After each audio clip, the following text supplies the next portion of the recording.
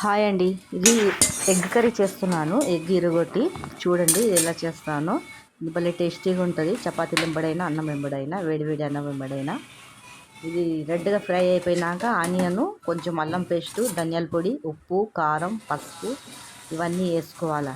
మనం ఎంత తింటామో టమాటా పుల్లతనం లేకుండా 5-6 టమాటాలు కోసుకోవాలండి.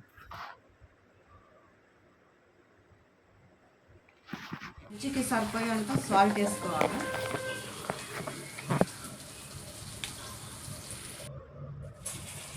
ఎగ్ని ఇరగొట్టుకొని వేసుకోవాలండి.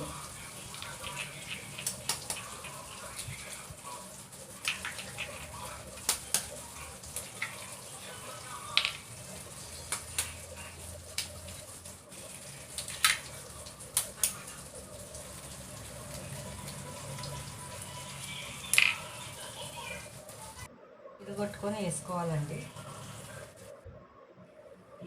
టమాటాలు వేసుకోవాలండి.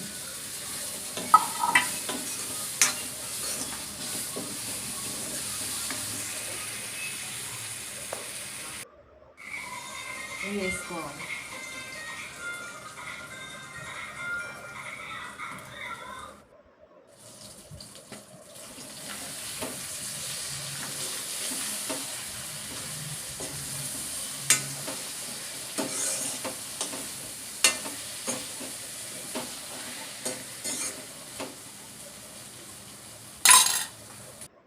ఇట్లా ఎగ్ కర్రీ చేసుకుంటే భలే టేస్టీగా ఉంటుంది.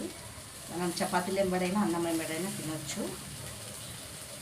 మీకు ఈ కర్రీ నచ్చిందంటే ఒక లైక్ చేయండి, సబ్స్క్రైబ్ చేసుకోండి, కామెంట్ పెట్టండి.